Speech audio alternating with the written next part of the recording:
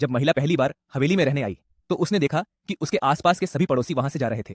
वह जाकर पूछना चाहती थी कि क्या हुआ, लेकिन पड़ोसी ऐसे दिख रहे थे जैसे उन्होंने कोई भूत देख लिया हो। बिना कुछ कहे वह महिला तुरंत कार में बैठकर घर छोड़ गई। महिला और उसका पति तेजी से उसे रोकने भागे, लेकिन बाहर आकर देखा कि सड़क पर गाड़ियों की भीड़ है और सब बहुत तेजी से जा रहे हैं, जैसे किसी ने उन्हें डरा दिया हो। जोड़ा नहीं समझ पाया कि क्या हो रहा था, लेकिन उनकी अंतःप्रेरणा ने उन्हें बताया कि उन्हें भी वहां से निकल जाना चाहिए। लेकिन जैसे ही वे बच्चे को लेकर चलने लगे, कुछ अजीब हुआ। जो गाड़ियां जा चुकी थीं, वे सब अचानक वापस लौटने लगीं। एक के बाद एक गाड़ी मुड़कर पीछे आ रही थी। जोड़ा बच्चे को लेकर आगे बढ़ता रहा। जैसे ही वे बाहर के सुरंग के पास पहुंचे, वहां अचानक जाम लग गया। सौभाग्य से पुरुष ने समय रहते ब्रेक लगाया और सामने की गाड़ी से टकराने से बच गया। पूरा शहर वहां फंसा हुआ था। सुरंग के प्रवेश द्वार को सरकारी सेना ने बंद कर दिया था। हेलीकॉप्टर से लोगों को घर लौटने और मदद का इंतजार करने को कहा गया। ऐसा लग रहा था कि कुछ भयानक हो चुका है। कुछ लोग यह सुनते ही वापस लौटने लगे। जोड़े को समझ नहीं आया कि क्या करें। तभी आकाश से एक पत्थर गिरकर उनकी कार पर आ गिरा।